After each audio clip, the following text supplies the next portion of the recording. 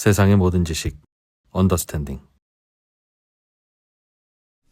자, 네, 언더스탠딩 언더스탠딩 시작하겠습니다. 주말에도 네, 우리는 네, 중요한 주제를 또 인터뷰를 하지 않습니까? 그렇습니다.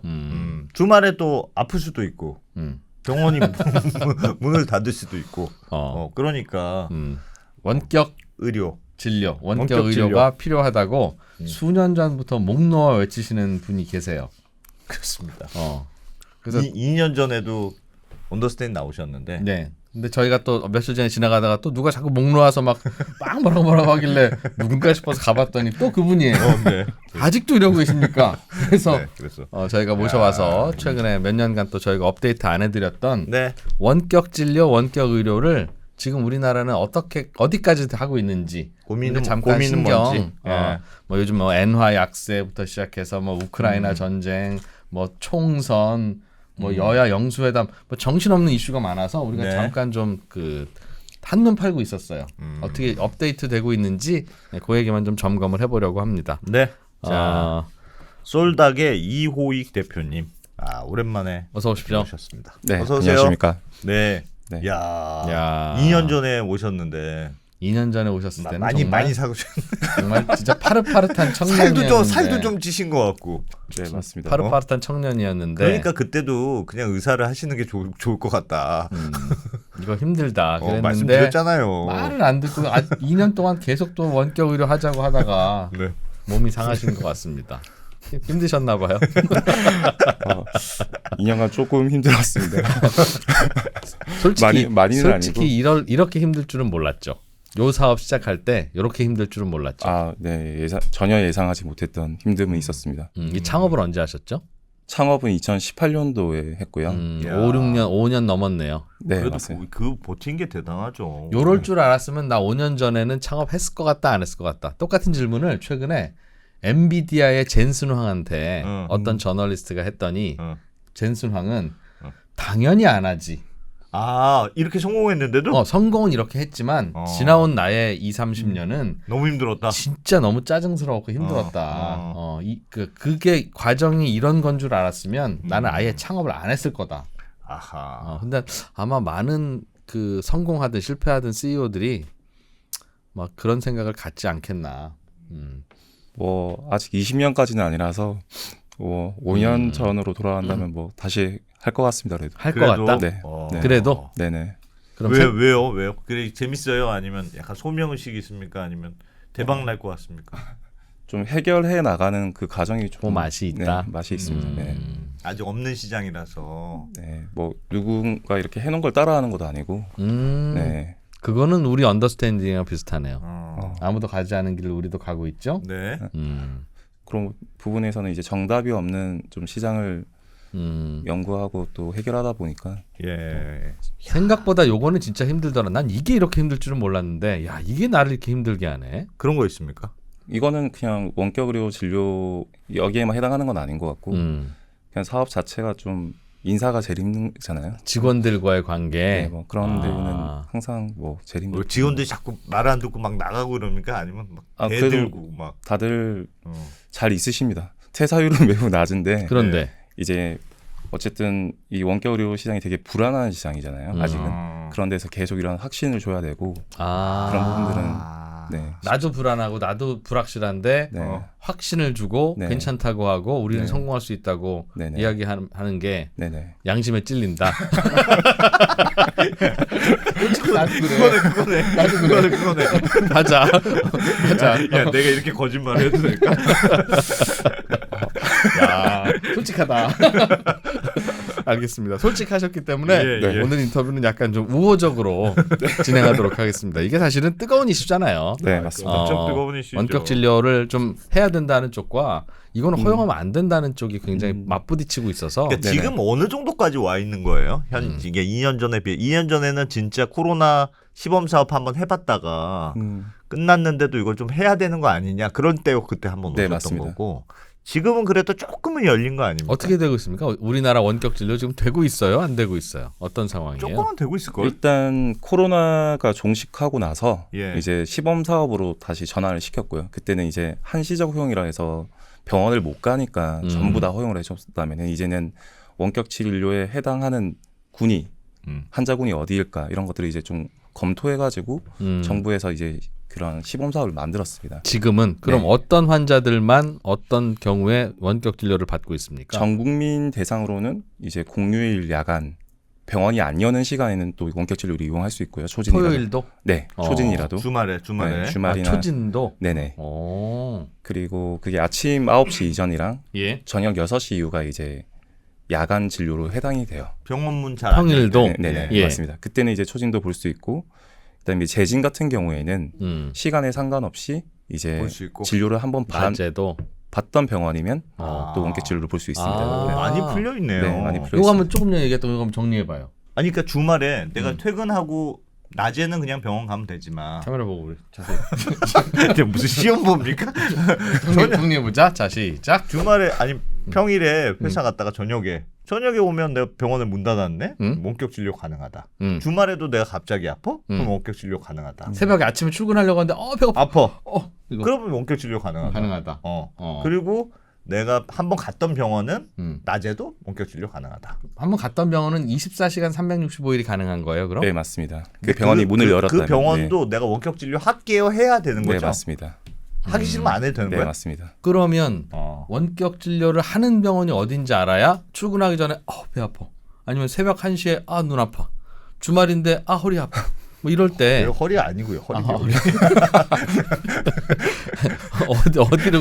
어디 갈 수 있는 거예요? 이제 뭘 보면 알 수 있어요? 그게 플랫폼들의 역할이기도 하고 정부에서 이제 원격 진료가 가능한 병원 전수 조사를 해서 리스트를 또 해놓기도 했습니다. 우리가 뭐 공휴일 야간 진료 이렇게 약국 병원 이렇게 알려주는 것처럼 네. 그러니까 원격 진료가 가능한 병원들 리스트도 있긴 하거든요. 근데 이제 접근성이 좋게 만들어 놓은 것들은 플랫폼들이 이제 지금 실시간으로 진료를 볼 수 있는 병원이라든지 이런 것들은 플랫폼에서 노출을 시켜주고 플랫폼들. 아니 내가 몰라도 내가 어느 병원이 그 원격 진료 하는지 몰라도 그냥 그 플랫폼에만 들어가면 네네. 예를 들면 솔닥에서 그 지원하잖아요. 네네. 솔닥 앱에 들어가면 여기 나와 있는 선생님들이 있는 거 아니에요? 그럼 그 중에서 한 명 이렇게 딱 골라서 그렇게 하는 거 아닙니까? 그렇게 할 수는 있는데 예. 모든 선생님들이 원격 진료 보는 모든 선생님들이 플랫폼에 또 가입은 하는 건 아니니까 솔닥에 다 있는 건 네, 아니니까 네. 그럼 각자 알아서 선생님들 설득하고 각자 알아서 환자들을 설득하면서 네 맞습니다.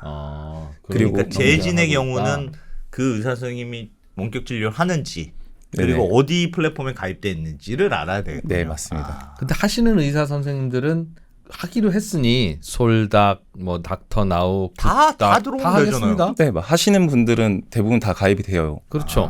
있는 거죠. 그 네. 말은 소비자 입장에서는 그 어떤 곳에 가도 여기는 이 선생님이 없네, 여기는 있네 이런 케이스는 없을 가능성이 매우 높다는 얘기네요. 맞습니다. 그럼 그냥 솔닥으로 하면 합시다. 되겠네. 솔닥으로 대동단결하면 되겠네. 그래, 그러자. 마찬가지니까 이게 똑같은 게 대리운전 시장이에요.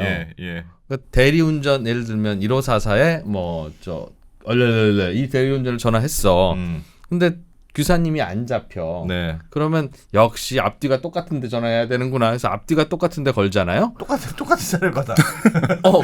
그 똑같은 안내원이 받지는 않으나 심지어는 손님 지금 대리운전 기사 신청하셔서 우리가 다른 곳에서 찾고 있어요. 그러니까 다른 업체가 그렇게 안내를 해준다고요. 그러니까 그 어디에 전화해도 결국 대리운전 기사님 연결해주는 풀은 한 가지다. 그러니 아무데나 전화해도 된다는 거잖아요. 그냥 싼데. 네.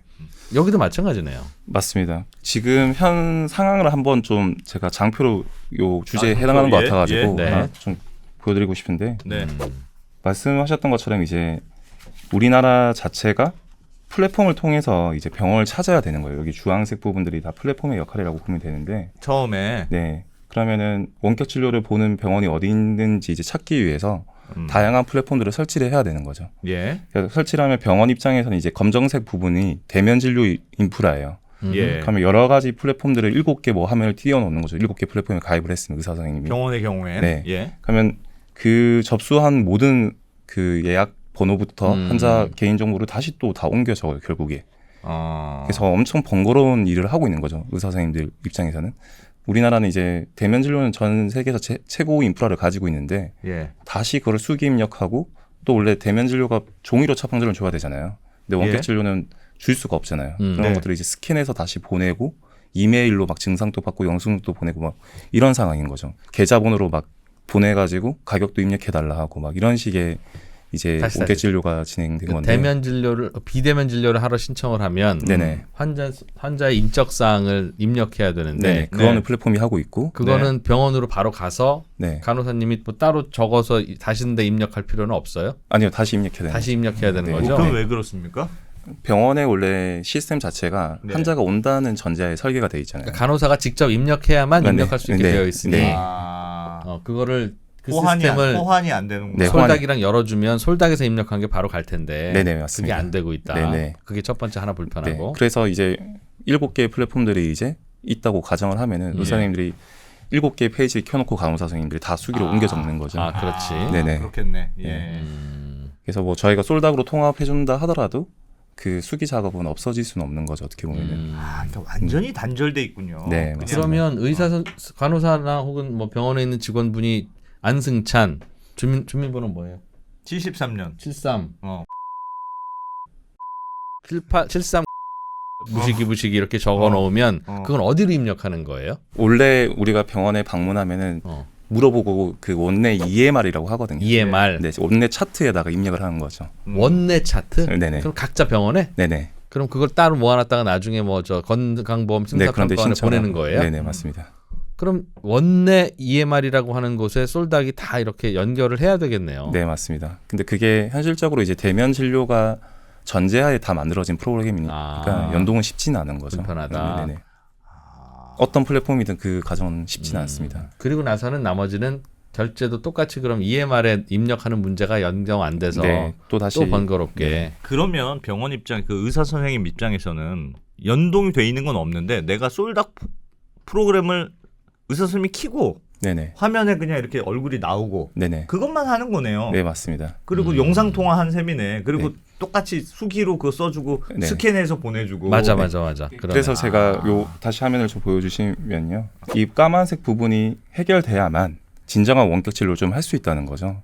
까만색 부분이 어디 있죠? 여기가 이제 대면 진료 인프라인데 요 검정 부분들이. 예, 병원 약국. 네. 예. 그래서 이 플랫폼이 먼저 우선이 돼야 되는 게 아니라 요 부분이 개선되어야 이 환자 정보도 환자의 상태도 실시간으로 잘 받을 수 있고, 그걸 바탕으로 의사 선생님들이 이렇게 한 번 더 옮겨 적는 게 아니라 바깥에 있는 환자들의 상태를 정확히 딱 그러니까 보고. 환자가 로그인하면 굳이 네. 안승찬 뭐 73 이거 안 넣어도 되게. 네네, 맞습니다. 그리고 의사 선생님이 띡띡띡띡 해서 엔터 딱 치면 네네. 환자가 원하는 약국으로 바로 네, 그게 갈수 처방전이 가고 네, 환자는 그럼 그거 받으러 가든 보내주세요 한번 또 버튼만 누르면 네네. 약이 오게 해줘야지. 네. 뭘 그걸 엔터 쳤는데 그걸 다시 화면을 보고 이걸 하게 있냐. 네, 맞습니다. 그래서 솔닥이 하고 있는 그 역할은 요 검정색 대면 진료 인프라를 디지털 인프라로 바꿔야만 네, 그 맞는 말이네. 좀 가능하다라고 이제 판단을 해서 지금은 약간 번거롭긴 하다. 네, 그래서 저희가 실제로 이제 이 인프라를 이제 만들어냈고요. 예. 그리고 나서 이제 말씀하셨던 것처럼 플랫폼끼리 통합을 해봤자 큰 의미가 없는 거예요. 예. 결국에- 네이버랑 다음 네. 통합해봤자 의미 없죠. 네. 예. 그래서 요 디지털 인프라에 많은 플랫폼들이 달 수는 있다는 겁니다. 그렇게 되면 의사 입장에서는 여러 개의 플랫폼이 오더라도 한 화면에서 모든 원격 진료를 처리할 수 있게 된다는 거죠. EMR이라고 하는 프로그램을 그럼 의사 선생님들은 각 병원에 깔아놨을 텐데 네네. 업무상 필요하니까 그것도 여러 군소 업체들이 많아요. 맞습니다. 그게 그 의사들끼리도 병원들끼리도 다 달라가지고 병원들끼리도 호환이 안 돼요. 맞습니다. 그래서 내가 진료한 게 약 뭐 드셨어요? 그럼 말해야지. 미쳐버리겠더라니까. 쓴 게 없어요. 그래서 아니, 호환이 안 된대. MRI 찍었으면 그게 디지털 파일로 있으니까 나한테 네. 구워줄 텐데 그 그 디지털 파일을 B병원으로 보내주세요 하면 안 되는 돼요. 거라고. 안 돼요. 이제 그 저희가 금융 마이데이터 사업은 이제 시작됐잖아요. 그래서 네. 우리가 뭐 땡땡은행에서 쓰는 거를 뭐 BB은행에서 있는 거를 그냥 다 실시간 조회할 수 있는 시대가 왔잖아요. 예. 이제 6월에 보건복지부랑 정부에서도 이 의료 데이터도 마이데이터 사업으로 바꿉니다. 네, 그렇게 되면 이제 다 조회를 하실 수 있게 설계가 될 예정입니다. 네. 그러면 내가 다른 병원에 갔어도 다른 병원 의사도 나의 동의만 받으면 네네. 다른 데 가서 무슨 치료를 무슨 병으로 했고 뭘 찍었고 그 찍은 거까지 다 나온다고요? 네, 맞습니다. 그거 진작 했어야지. 진작하지.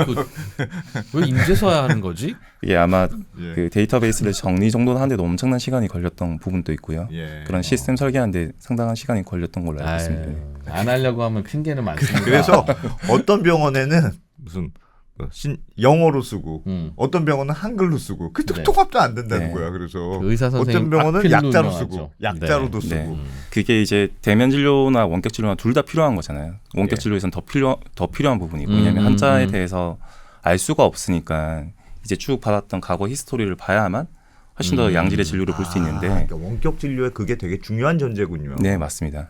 그거는 원격 진료뿐만 아니라 대면 진료에서도 중요한 거죠. 네. 대면 진료에서 중요한데. 그럼 이 환자가 그동안 히스토리컬리 어떤 네. 진료를 받아왔는지를 지금 의사가 알아야지. 네. 무슨 약 먹고 있는지도 네, 알아야 맞습니다. 되고. 네, 맞습니다. 그래서 만약에 개선될 사항으로 보고요. 이 어쨌든 디지털 인프라랑 원격 의료, 뭐 대면 진료 다 중요한 파트인데 이 원격 의료가 아마 디지털 전환에 대해서 조금 더 빠른 속도를 낼 수 있도록 도와주지 않을까 이렇게 생각을 하고 그러면 있습니다. 그게 병원이 그런 식으로 인프라가 이제 디지털화되면 그럼 연결만 하면 되니까 원격 의료 맞습니다. 시스템이 되게 편리해진다는 네, 거네요. 맞습니다. 그래서 아까 그 장표를 좀 설명드렸던 부분이고요.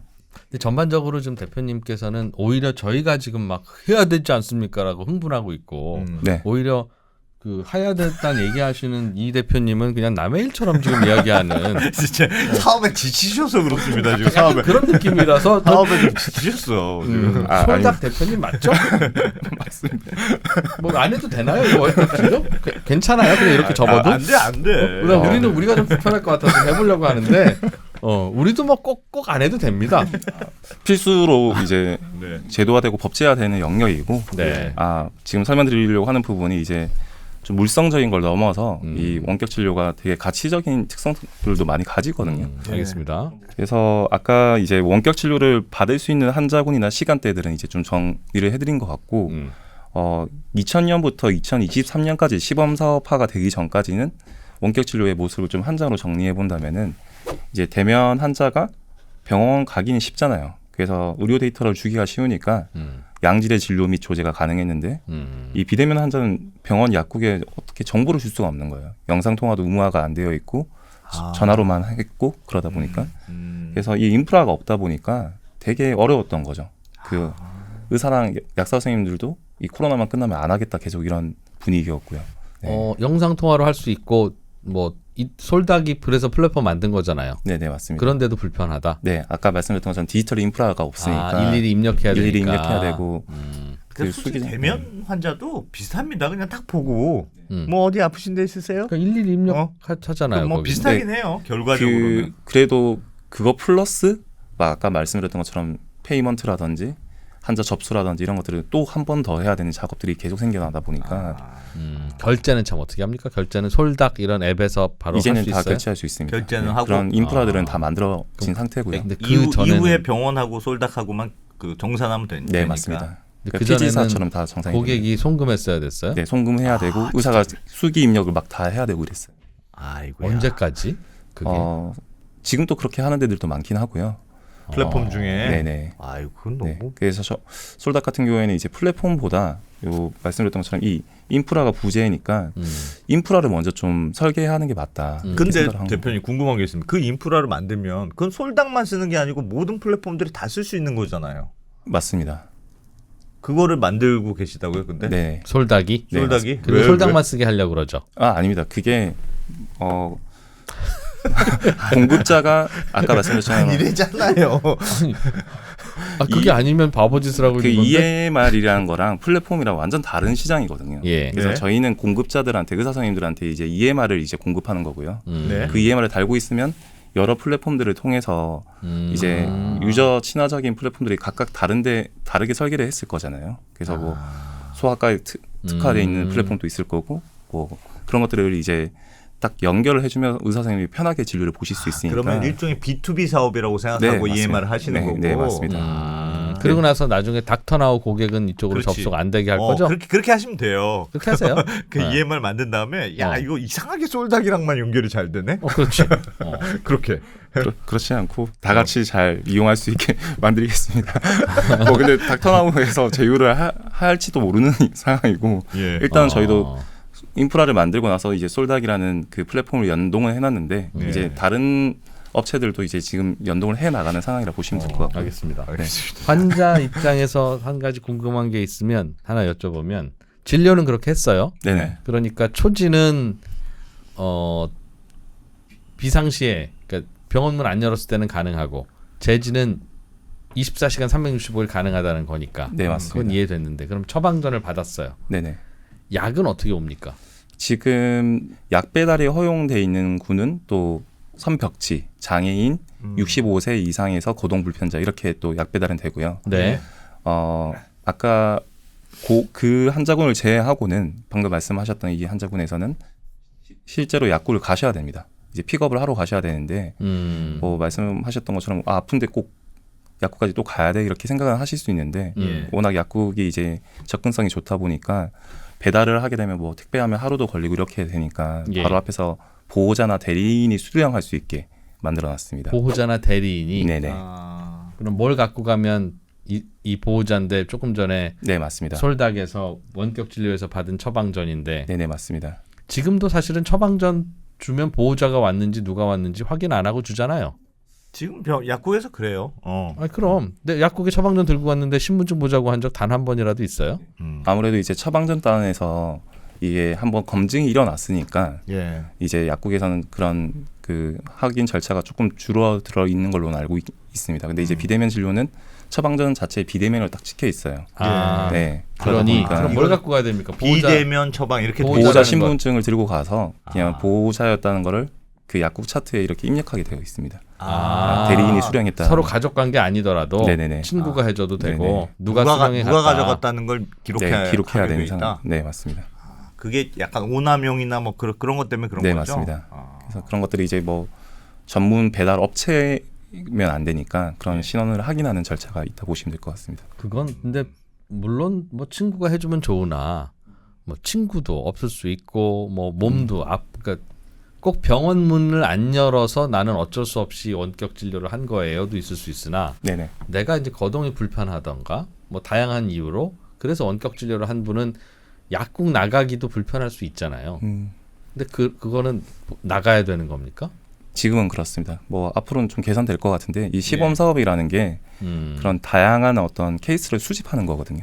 그래서 이제 그런 데 있어가지고 좀 불편함을 느끼는 부분들은 아마 개선이 될 것 같습니다. 네. 그냥 바로 불편할 것 같은데 굳이 그거를 해봐야 불편한 걸 아나요? 아무래도 이제 환자들의 불편함은 당연히 지금 알 수 있는 부분인데 예. 이제 그런 데서 방금 이런 검증이 있잖아요. 이 약을 누가 가져갔는지 이런 것들에 대한 아직 시스템이 부족하다 보니까 그런 데가 설계될 때까지 좀 기다린 것 같습니다. 뭐를 걱정하는지를 잘 모르겠어요. 예를 들면 그러니까. 남의 약을 내가 갖고 가고 싶다는 상황이 있을 수는 있겠죠. 예를 들면 뭐가 있을까요? 우리가 그냥 가정을 하면 그래서 이제 항정신성 의약품 이런 거를 네, 항정신성 약물 같은 것들은 기사들이 와서 가져가면 너무 오남용이 심해지니까 예. 이제 그런 접근성을 좀 막고 이제 처방 제한 약물로도 등록이 이제 되기 시작했어요. 그래서 그런 마약류들이 이제 처방 제한까지 생기면은 이제 오남용의 가능성이 매우 줄어들어 있을 거잖아요. 예. 그럴 때는 이제 좀 배달 사업으로 이어갈 수도 있는 부분이 있는 거죠. 등기처럼 이렇게 배달해주고 누가 받았습니다. 그렇게 쓰면 사실은 약국에서 다른 사람이 받고 신분증 내고 배달원이 그냥 가져갈까봐 똑같은 네네, 것 같은데. 맞습니다. 그렇게 따지면 온라인 쇼핑을 지금 어떻게 합니까? 배달원들이 가져갈까봐. 그래서 다양한 이유들이 있는데 아마 네. 좀 복합적인 이유들이 있는 것 같습니다. 뭐 약사회에서도 아마 그런 부분들은 좀 개편해 나가지 않을까 이렇게 생각하고 있고요.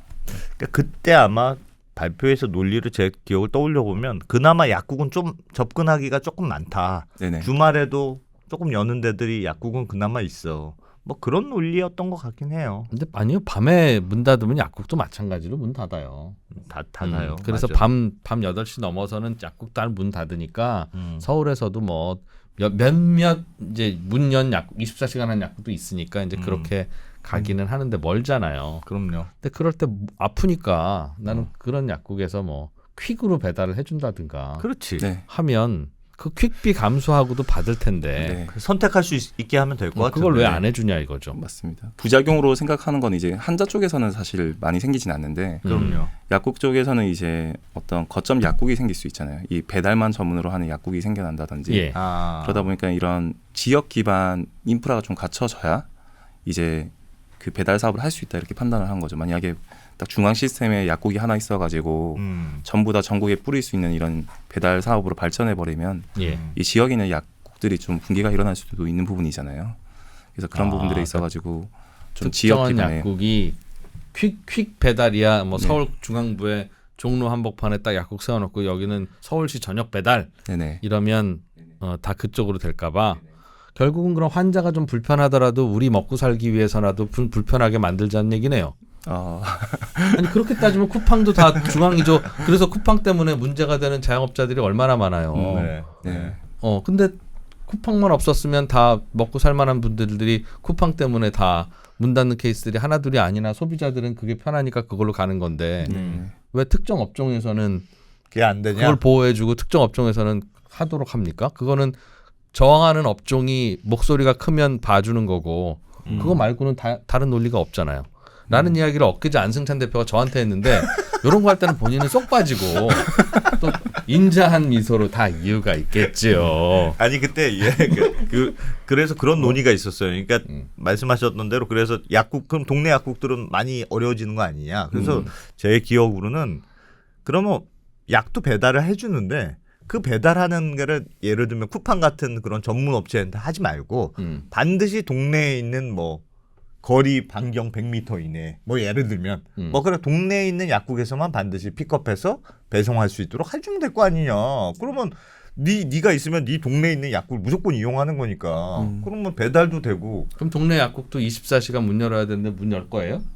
그래서 안 됐어. 그러니까 24시간 밤에 아파서 약 처방은 받았는데 약국이 문을 안 열으니 약은 그 다음날 아침에 해 떠야 가져갈 수 있다는 이상한 상황을 만들어 놓은 거 아니냐는 거죠. 그러니까 좀 개선돼야 될 부분이긴 합니다, 확실히. 네.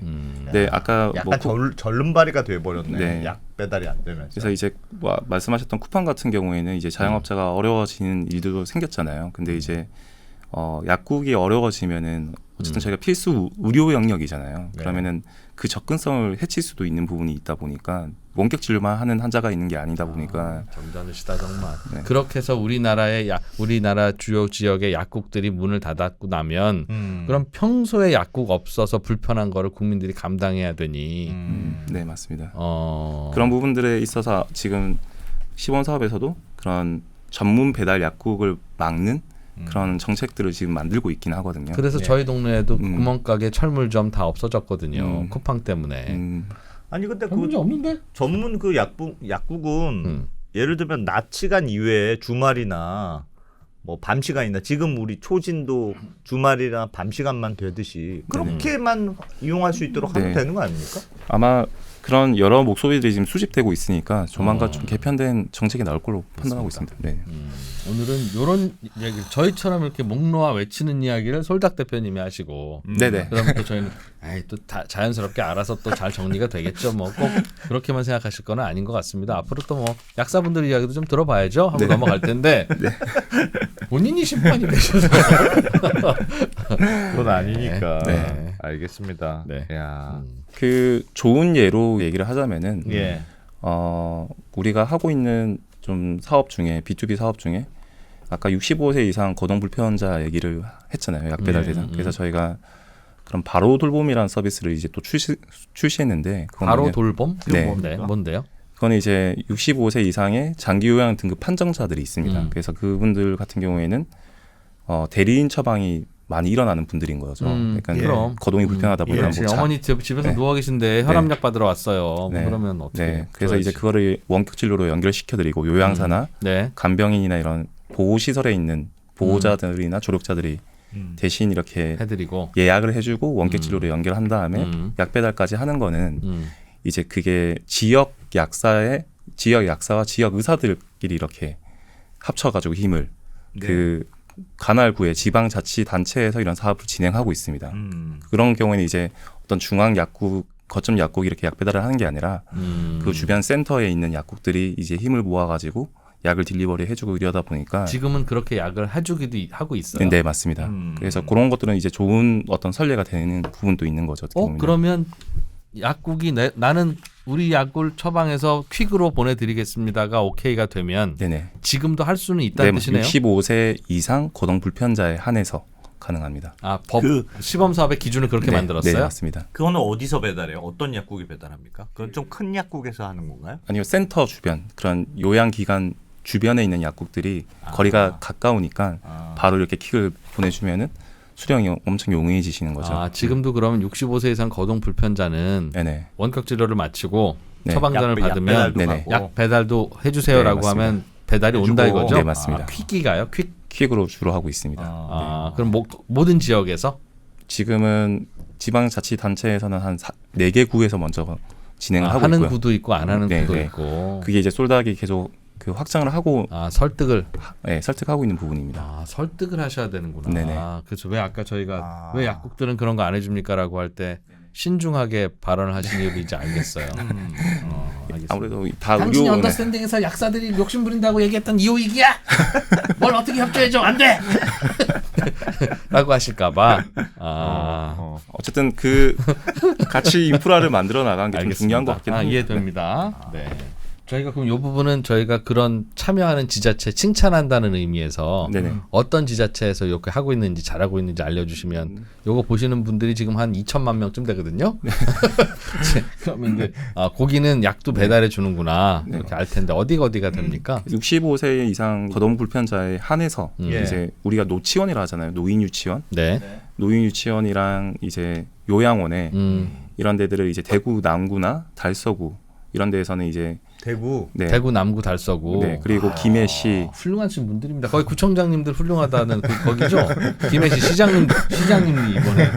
네. 그리고 네. 또 그 얘기를 하고 있는 데는 순천이나 장흥에서도 얘기를 하고 있고요. 이제 깨어 계시네. 네, 그렇게 봤을 때 아까 어르신들이 이렇게 대리인 처방할 거를 의사 선생님 얼굴을 한 번이라도 더 보고 이제 이렇게 약이 나가니까 너무 다들 좋아하시는 거죠, 어르신들이. 그런 부분에서 이제 어차피 의사 네. 선생님 얼굴 못 보고 아들 딸이 가서 약 받아오는 거였는데 그래도 네. 휴대폰으로라도 그런 분들은 네. 오히려 그렇겠네요. 그 방문 요양이라든지 요양사가 가서 또 전화를 예. 걸어가지고 이렇게 어르신 얼굴에 비춰주고 네. 그런 이제 비용들이 인프라 비용을 지출해야 될 거잖아요. 그런 부분들이 또 지자체에서 나서서 좀 힘을 주고 뭐 이런 것 같습니다. 그래도 조금씩은 하여튼 열리는 것 네, 같아요. 맞습니다. 속도는 매우 느리긴 느린데 느리지만은 네. 조금 뭐 작년보단 조금씩 그렇게 가긴 네. 가네요. 그래도 그러니까 사업을 포기를 못하는 거지. 이 원격 진료가 아직은 뭐 업체들도 조금 많고 아직은 시장이 막 본격적으로 열렸다 하기는 어려운데 네네. 조금 그러면 지금 약국 배달 문제는 아직 남아 있습니다만 요게 조금 열리고 지금 어쨌든 초진제진 시범 사업도 좀 열리고 했으니까 이 시장이 조금 커질 걸로 기대는 하시나요? 언제까지 이걸 이렇게 해야 시범 사업으로 이렇게만 해요? 좀 더 확대하는 그 커지는 시점이 언제일까요? 진짜 이제 커지는 시점은 입법이 되는 시점이라 보고 있고요. 뭐 이제 네. 22대 국회가 이제 구성이 될 테니까 예. 거기서 다양한 목소리를 또 수집해서 이제 입법을 할 예정이고 그렇게 되면 이제 의료진이나 뭐 약사 선생님들 같은 경우에도 이게 시범 사업이 아니다 보니까 환자가 요구하면 좀 원격 진료를 해줘야 되는 의무가 생기기도 합니다. 그렇게 되면은 입법이 되면 네, 뭐 그거를 반드시 해야 한다는 쪽으로 입법이 되는 거예요. 입법이 되면 의료법이 어떻게 개정될지 모르겠지만은 예. 의사가 원격 진료를 한 거에 대해서 어떤 책임에 대한 소재를 어떤 정부에서 진다든지 아니면 그런 부분이 생기면 이게 의무적으로 그 의료 행위에 해당하는 거죠. 그래서 환자가 선택을 할 수 있는 시장으로 확대가 될 수가 가능하면 있거든요. 하게 될 거다. 지금은 어느 정도의 의사들이 플랫폼들에 연결돼 있습니까? 확실히 많이 늘었습니다. 2년 전에 비하면 지금 원격 진료에 가입한 의료기관만 이제 1,000개가 좀 넘어가고요. 예. 우리나라의 1차 의료기관이 한 32,000개가 되거든요. 네. 그래서 아마 다른 플랫폼에 제휴된 것까지 생각하면 이제 한 10% 정도 원격 진료에 참여하는 거. 10% 정도. 네. 개원의들의 10%죠. 네, 맞습니다. 조금 상급 병원들도 하는 경우가 있습니까? 상급 병원이나 이제 2차 병원 같은 경우에는 원격 진료 시범사 자체가 1차 의료기관에만 한정이 되어 있어요. 지금은 네네. 지금 근데 지금은 의료 공백 때문에 지금 대학병원이 좀 문을 많이 닫아 있잖아요. 예. 이용이 불편하다 보니까 지금은 모든 병원, 모든 보건소, 모든 의료기관에서 그 또 시범 사업을 확장시켜 놓긴 했거든요. 지금 급하게 네. 의사분들 파업하시는 네, 것 네, 때문에. 맞습니다. 아 그럼 지금은 3차 병원 과장님도 바로 띵동 하면 눈앞에 나타나요? 근데 그게 바빠서 아까 말씀드린 바빠서. 것처럼 인프라가 없다 보니까 예. 참여율은 매우 저조한 거죠. 할 수는 있는데. 할 수는 있는데, 네 맞습니다. 그러니까 법으로 뭔가를 연동해 놓고 요것도 하나의 진료, 그러니까 대면, 비대면 다 똑같은 의료 행위야. 네네. 그렇게 그냥 법으로 만들어 놓은 게 그래서 중요하다는 네 맞습니다. 뜻인 것 같네요. 네, 야 근데 그러면 이게 만약에 활성화가 되면 지금도 뭐 개원의의 10% 정도는 하신다 하니 네네. 어느 날 밤에 배가 아파요. 음, 솔닥에 들어가. 음. 그러면 이제 지금 있는 의사들이 선생님들이 좀 있지. 쭈르륵 나올 텐데 예. 네네. 이 쭈르륵 중에 누굴 고르냐? 누구를 고르냐? 지금은 아. 사거리 건너 그 의사로 갈까? 아니면 안 가본 데라도 가까운 병원으로 보통 가게 되는데 평점 같은 거 있지 않을까? 네, 평점. 거기서는 완전히 가깝고 멀고가 없잖아요. 평점. 그게 이제 의료 쇼핑의 형태로 흘러가면 안 되고요. 정부에서 시범 사업에 어떤 가이드라인을 만들어줬는데 네. 예. 이제 근거리 기반에 이제 매칭을 해라 이런 가이드라인이 있습니다. 무슨 얘기냐면은 뭐 부산에 있는 사람이 서울 의사 이렇게 의료 쇼핑처럼 평점 보고 이렇게 예약을 하는 게 아니라 자기 위치 기반으로 가까운 병원이 비대면 진료도 하고 뭐 응급 상황이 되면 대면으로 와라 할 수 있게 왜 그렇게 해야 되죠? 말씀드렸던 것처럼 이제 원격 진료가 모든 걸 다 진료로 커버할 수는 없거든요. 영역을. 그래서 지금 보니까 좀 피 검사도 필요하고 대면 진료를 봐야 될 것 같다 하면은 갑자기 서울에서 원격 진료 받던 의사가 서울로 오라 할 수는 없잖아요. 그러다 보니까 이게 대면과 비대면이 이렇게 대결 구도가 아니라 융합 진료로 발전을 해야 되거든요. 그러다 보니까 좀 근거리 기반의 의료진을 매칭하는 거를 그 우선으로 해라 이런 가이드라인이 있습니다. 근데 그거는 그 전제는 모든 의사들이 굉장히 평준한 의료 네네. 서비스를 제공한다는 전제. 전제가 있어야 되는데 현실적으로는 그렇지 않은데. 그러면 플랫폼 입장에서는 가까운 의사부터 먼저 보여주는 식으로 하는 거는 말이 되는데 네네. 난 굳이 그래도 먼 의사 찾고 검색해 보겠다고 해도 검색 자체가 할 수는 연결 있습니다. 자체가 할 수는 있어요. 할 수는 있죠. 네 맞습니다. 그거는 그럼 큰 의미는 없겠네. 근데 이 원격 진료 시장 자체가 말씀하셨던 것처럼 감기 진료가 우선이 되면 그렇게 생각을 하실 수 있는데 예. 대부분 자기가 이제 받던 약 또는 만성 질환 관리 그리고 정신과 영역 이런 데서 이제 원격 진료가 지속 가능한 모델이거든요. 예. 그렇게 봤을 때는 이제 이렇게 플랫폼을 통해서 새로운 의사를 찾기보다는 원래 보던 선생님이랑 원격 진료를 하려는 성향이 더 강합니다.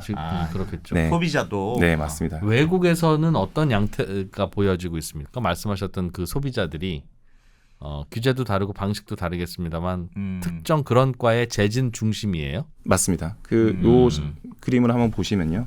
원격 의료가 우리나라만 지금 선진국 중에서는 OECD 국가 중에서는 38개국 중에 37개국이 합법화가 되어 있고요. 우리나라만 이제 남은 상황인데. 아 정말요? 네. 그래서 예. 이제 분석을 해보면 시장 분석을 해보면 이 페이지 1이라고 해서 코로나 시국에 이제 엄청 발전을 한 거죠. 그래서 그때 급하니까. 네. 뭐. 그래서 여기 했겠죠. 보면 이제 응급 상황에서 예. 원격 진료가 대부분의 시장을 차지를 했거든요. 근데 예. 이게 지속 가능한 모델이 아니었습니다. 바로 트래픽이 없어져 버린 거죠. 코로나가 끝나고 나서는.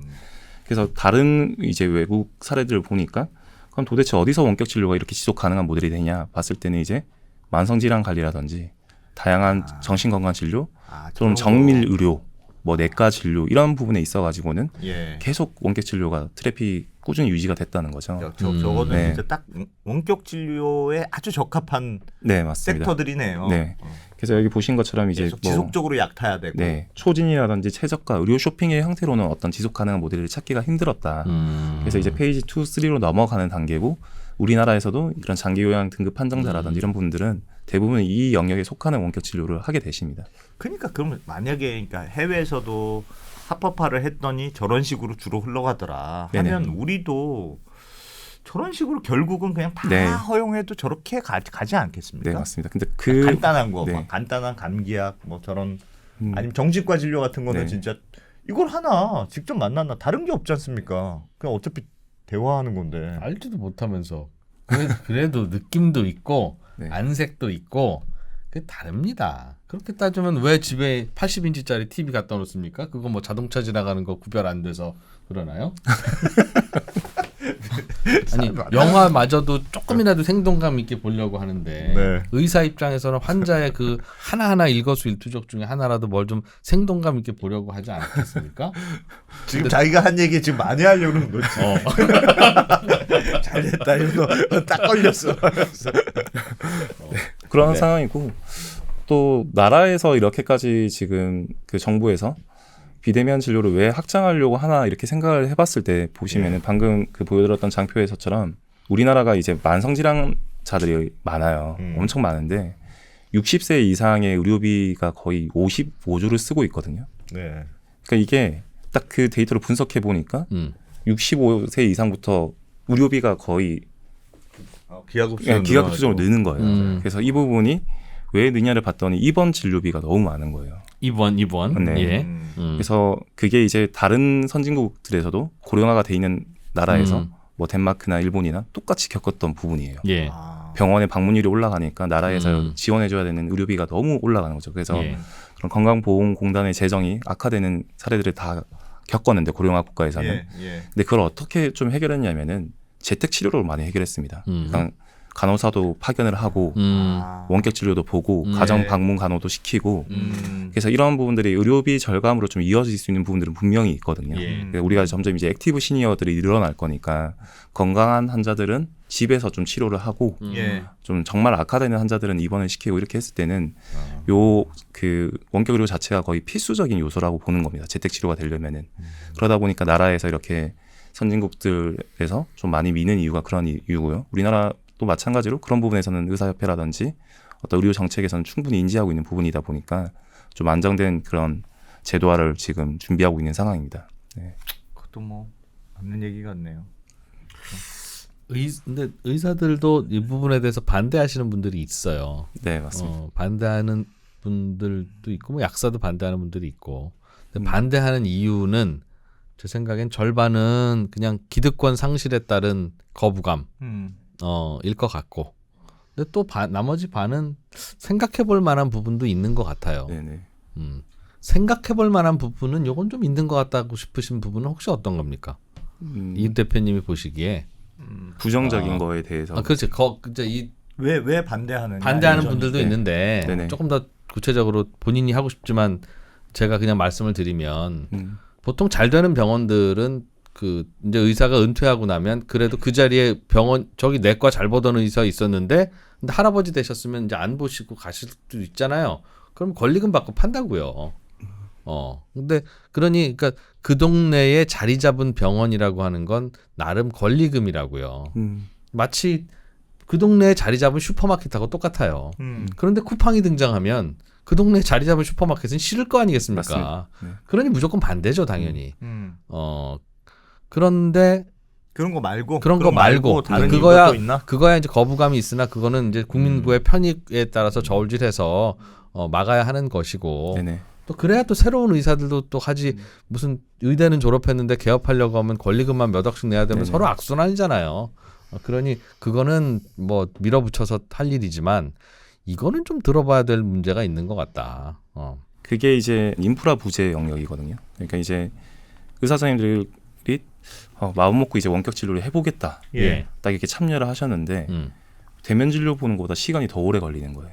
막 환자한테 전화도 걸어야 되고 전화 안 받고 그다음에 뭐 물어보려고 하는데 뭐 통신 그 방해 요소도 너무 많고 그다음에 아까 말씀드렸던 것처럼 수납이라든지 뭐 페이먼트 이런 것들도 지금 불편하고 이러다 보니까 또 의료 쇼핑 형태로도 많이 흘러가고 뭐 이러다 보니까 이렇게까지 원격 진료를 좀 봐야 되나 이런 생각을 좀 하시는 것 같아요. 그냥 차라리 대면 진료 본 게 낫지. 그런 이제 인프라의 부재가 첫 번째 요소일 수 있고 불편하다. 네. 두 번째는 이제 원래 의료 행위라는 게 1%의 부작용 때문에 겁이 나는 거거든요. 99명을 잘 치료하다가도 한 명이 혹시나 그런 사이드 이펙트가 생기면 불안한 요소가 있는데 그게 대면 진료에서도 분명 존재하는데 그 비대면 진료에서는 조금 더 우려스럽다는 더 거죠. 있을 수 있다는 거죠. 네, 그 요소가 딱 두 요소가 메인 요소인 것 같습니다. 그런 게 예를 들면 지금 내가 개업을 하려고 하는데 개업이가 하려도 돈이 있어야 될 거 아니겠습니까? 임대도 해야 되고 뭐 병원도 꾸며야 되고. 근데 나는 그냥 원격 진료 전문 의사가 되겠어. 아 그것도 되나요? 그것도 됩니까? 그것도 나라에서 금지해놨습니다. 아, 그거 금지해놨어요? 네. 왜요? 시장을 좀 교란시킬 수 있는 요소들이 많이 있거든요. 아니 그러면 어디 상가에 뭐 7층쯤에 구석에 한 5병짜리 사무실 하나 빌려서 네네. 뭐 임대 뭐 월세만 한 달에 50만 원 내고 책상만 하나 책상만 하나 갖다 놓고 원격 나는 진료 원격 진료 전문이야. 합니다라고 하면 그거는 그거 안 오케이고 됩니까? 그거는 오케이예요? 그것도 안 됩니다. 그래서 그것도 안 돼요? 시범 사업에 이제 그 수가를 우리가 신청하게 되어 있잖아요. 공단에 예, 저희가 네. 보험금을 저희가 공단에다 신청해서 수령을 하게 되어 있는데 예. 그 비대면 진료의 비율을 제한 뒀습니다. 의사별로 네, 내가 대면 진료 얼마, 비대면 아. 진료 네네. 얼마 이렇게. 네, 대면 진료를 일정 비율 해야 네네 맞습니다. 대략 몇 대 몇 정도예요 그게? 그게 30% 이상을 넘어서면 안 된다. 이렇게. 비대면이. 비대면이 야, 진짜 어마어마한 규제구나.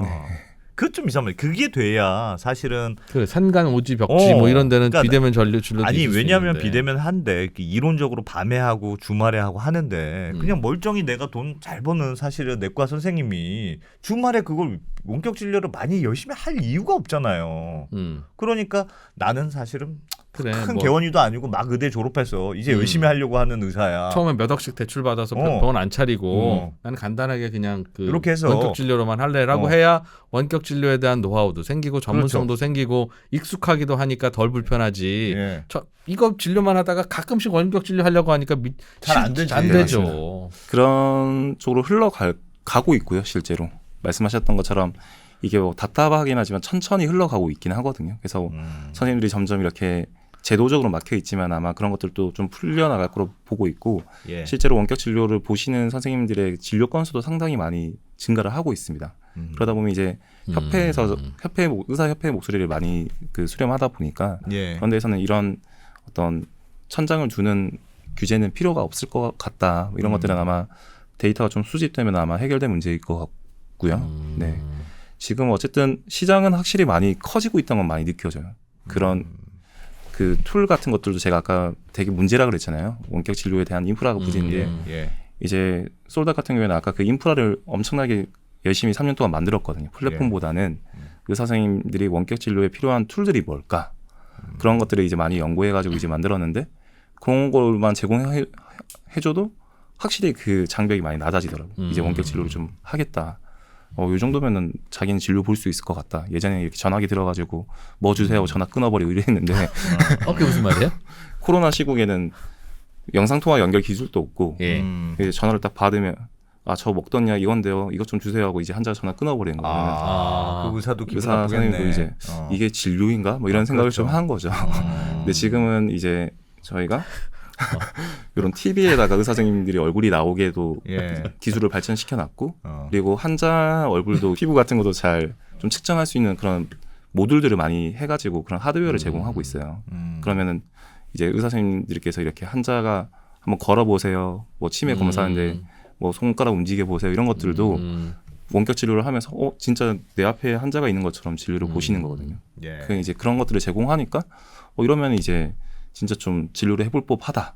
그래서 저희가 바라본 건 시장이 커지려면 결국 이 공급자들의 편의성이 올라가야 되고 그런 기술들이 올라가 있으면은 참여율이 올라갈 거라 보거든요. 수가는 지금 어떻게 되어 있습니까? 수가는 지금 똑같아요? 30% 가산이 되어 있습니다. 가산. 오히려 네네. 원격 진료가 네네 맞습니다. 말씀드렸던 것처럼 대면 진료보다 오히려 더 힘든 작업이거든요. 원격 진료 보시는 게.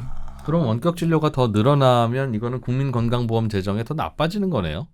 병원에 내원을 하게 되면은 또 각종 검사를 해야 되고 의료비가 증가할 수 있는 어떤 수가들이 많이 있습니다. 근데 딱 진찰료에 대한 30% 수가 가산이기 때문에 한 3,500원 정도 늘어나는 꼴이거든요. 그 말은 지금 되게 위험한 발언하셨는데 비대면으로 가면 굳이 필요 없는데도 병원에 왔다는 이유로 이런저런 검사를 요구하는데 그러니까 대면으로 가면 비대면으로 가면 딱 어차피 진료만 하니까 굳이 불필요한 검사를 안 받아도 되는 이점이 소비자에게 있다는 말씀은 의사들의 과잉 진료가 존재한다는 뜻인데요. 뭐 현실적으로 현실적으로 조금 뭐 있는 거지. 소수에선 과잉 진료가 있는 부분이긴 한 거죠. 어떻게 보면. 네. 그런 부분들을 악용해서 이제 이렇게 용감한 분이 또 아까는 또 이거는 이제 저희가 뭐 의사들 차원에서도 이거는 개선돼야 되는 점이라고 인지를 하고 있거든요. 예를 들어서 뭐 어떤 실손 보험이라든지 이런 것들을 악용하는 사례들이 너무 많이 늘고 있잖아요. 네. 그러니까 각종 검사들을 하게 되면 이제 맞아. 네, 그런 부분들은 줄여나가는 게 맞다고 판단하는 부분이기 때문에 좀 궁금한 게 있는데 대표님 천천히 가지만 할 때 조금씩은 가고 있지 않습니까? 네네. 원격 진료로. 그래서 뭐 예를 들면 입법이 잘 돼서 하여튼 만약 시장이 열렸다고 해봐요. 네네. 그래서 대표님이 기대하신 대로 열렸는데 그러면 야 이제 드디어 시장이 열렸다. 대기업이 이제 한꺼번에 싹 들어오면 대기업들이 싹 뭐 예를 들면 카카오톡이 들어왔다. 싹 다 먹고 뭐 이러는 거 아닙니까 혹시? 아니면 그런 쪽에서도 하면 그냥 다 솔닥이고 뭐고 다 카톡으로 다 흡수되는 거는 아닐까요? 우리는 좋은데 그러면. 네네. 근데 대표님 걱정돼서요. 네.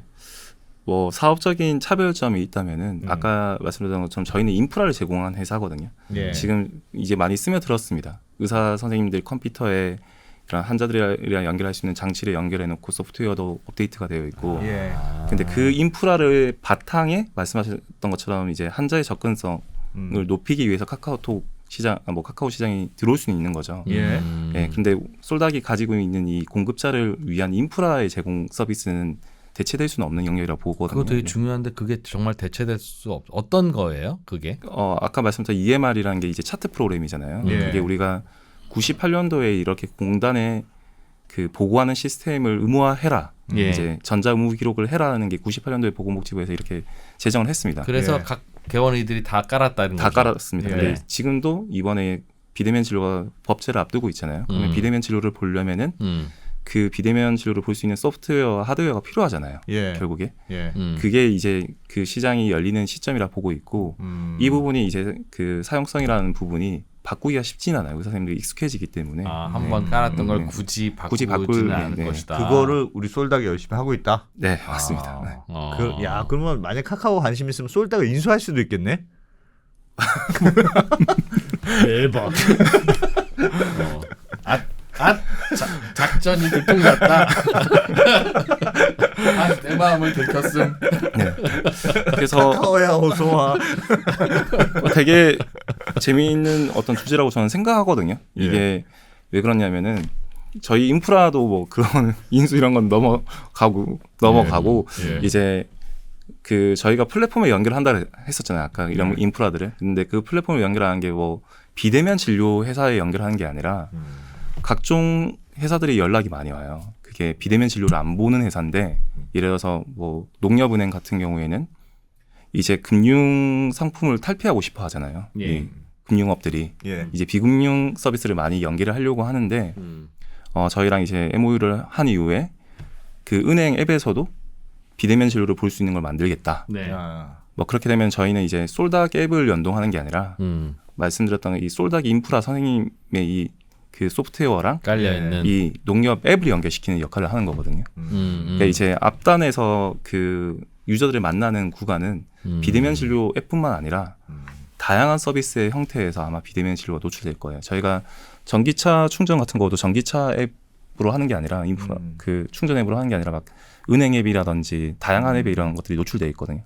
뭐 그 렌트카에도 있고 막 그런 식으로 이 서비스들이 어떤 특정 앱에 노출되는 게 아니라 여러 서비스에 걸쳐가지고 분야에 이런 것들이 제휴되고 아마 활성화될 것으로 좀 판단하고 있습니다. 그런 데서도 카카오도 아마 그런 데서 분명히 노출을 시킬 거고요. 그 EMR이라고 해서 의사 선생님들이 진료할 때 쓰는 그 인터페이스. 네네. 그거는 아래아 한글 쓰던 사람은 죽어라고 아래아 한글만 쓰고 싶고 MS 워드는 MS 워드만 쓰고 맞습니다. 싶은 것 때문에 네네.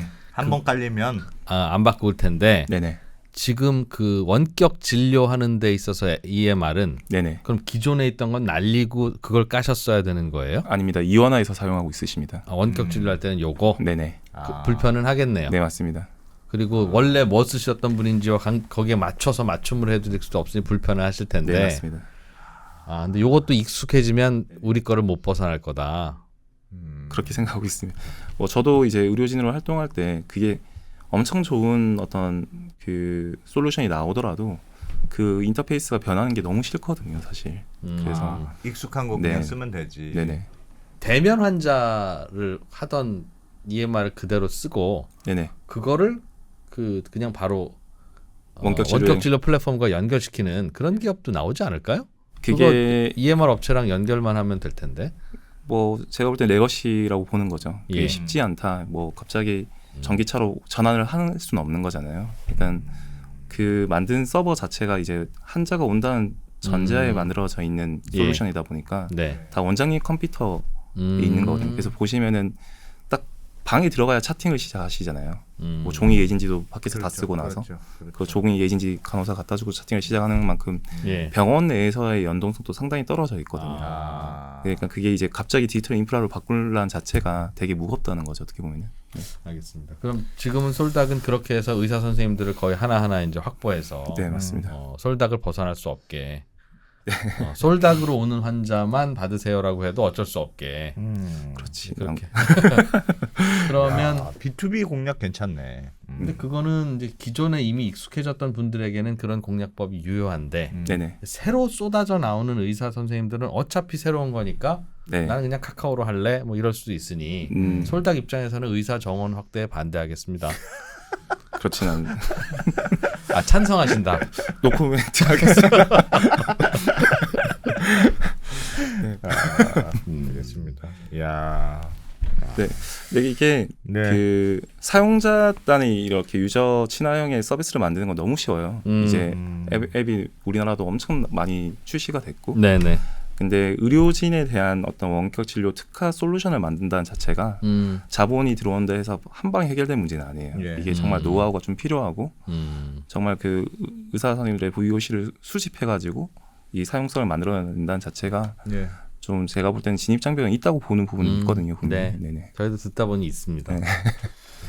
알겠습니다. 그럼 다른 원격 진료 업체들도 다 그거 하려고 지금 의사 선생님들 만나고 있겠네요. 아예 그런- 바꾸는 김에 그 병원들의 EMR이 굉장히 낙후돼 있고 네네. 서로 호환도 안 된다고 네네. 들었는데 그걸 아예 싹 바꿔주는 그래서 원격 진료도 되고 다 통합도 되고 네. 그런 시스템 아예 만들면 더 그게 좋을 것 같습니다. 꿈이긴 하나로 하죠. 그냥. 꿈이긴 합니다. 그래서 네. 아니 건보공단이 그러니까 건강보험 심사평가원이든 하여튼 그쪽으로 보내라. 라고만 하고 뭘 어떻게 보낼까요? 하면 의사들 니들이 알아서 해라고 해놓으니까 네. 각종 업체들이 달라붙어서 그걸 하는 그렇지, 바람에 그렇지. 춘추 전국시대가 돼서 이건 뭐 바꾸지도 못하고 호환도 안 되고 이 난장판이 된 거잖아요. 그러니 그것도 얘네들이 공짜로 쓰는 거냐 그것도 아니라고요. 다 돈 주고 한 거예요. 그러니까 건보공단이나 평가원이 만약 사기업이었다면 자기들의 지위를 활용해서라도 통일된 걸로 깔았을 거예요. 그런데 아유 일은 하기 싫고 받으라고 하면 알아서 오겠지라고 해놓으니까 이제 이 모양이 된 거 아닙니까?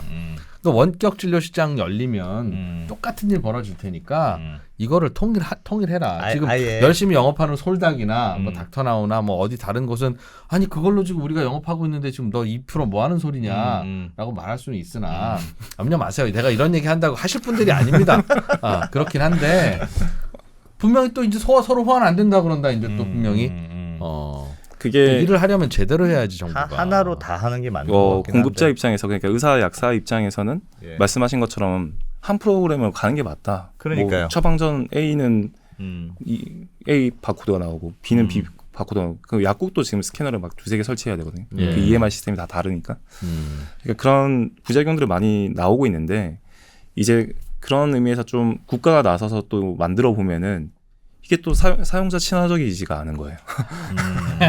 이게 민간 기업이 붙어야 또 프로그램이 발전을 하는데 민간 기업이 입찰을 시켜 그럼 복지부가 입찰을 시켜서 한 군데 딱 찍어가지고 하면 될 거 아닙니까? 아니 내가 낙찰이 돼서 내가 하는구나 독점이구나 하는 라고 순간 하면 또 세심하게 안 안 해, 한다는 또 안 거지. 아니 선생님 전화 와서 이거 불편하다 그러면 아니 우리 아니면 할 데가 없는데 내가 이 밤에 왜 달려가서 이걸 해줘야 돼? 다음 주 장단이 화요일입니다 하고 끊겠지. 근데 솔닥한테 전화 오면 우리한테 안 오면 저 닥터나우로 가시는구나라고 하면 뛰어오겠지. 네. 그래서 장단이 있는 것 같아요. 확실히 공공 인프라와 이런 민간 사업이 참여한 인프라는 장단이 있는 것 같습니다. 세상에 어쩌면 좋습니까?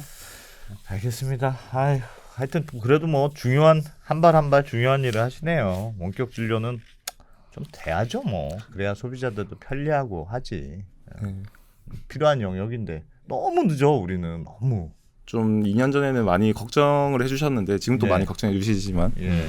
그 원격 진료 아까 말씀드렸던 것처럼 좀 가치적인 특성이 있습니다. 무조건 편의성뿐만 아니라 그 예. 가지고 오는 시장에서 아까 뭐 의료비 절감도 좀 도울 수 있고 그다음에 더 나은 양질의 진료도 제공할 수 있고 그런 부분에서는 이제 비단 이런 스타트업뿐만 아니라 다른 회사들도 이제 많이 보는 것 같아요. 아까 은행 앱도 그런 헬스케어나 비대면 진료, 원격 진료 모니터링을 연결시키려 하고 뭐 대기업에서 전자회사라든지 어떤 굴지의 뭐 자동차 회사들한테서도 이렇게 연락이 와서 지금 저희가 많은 것들을 해보고 있거든요.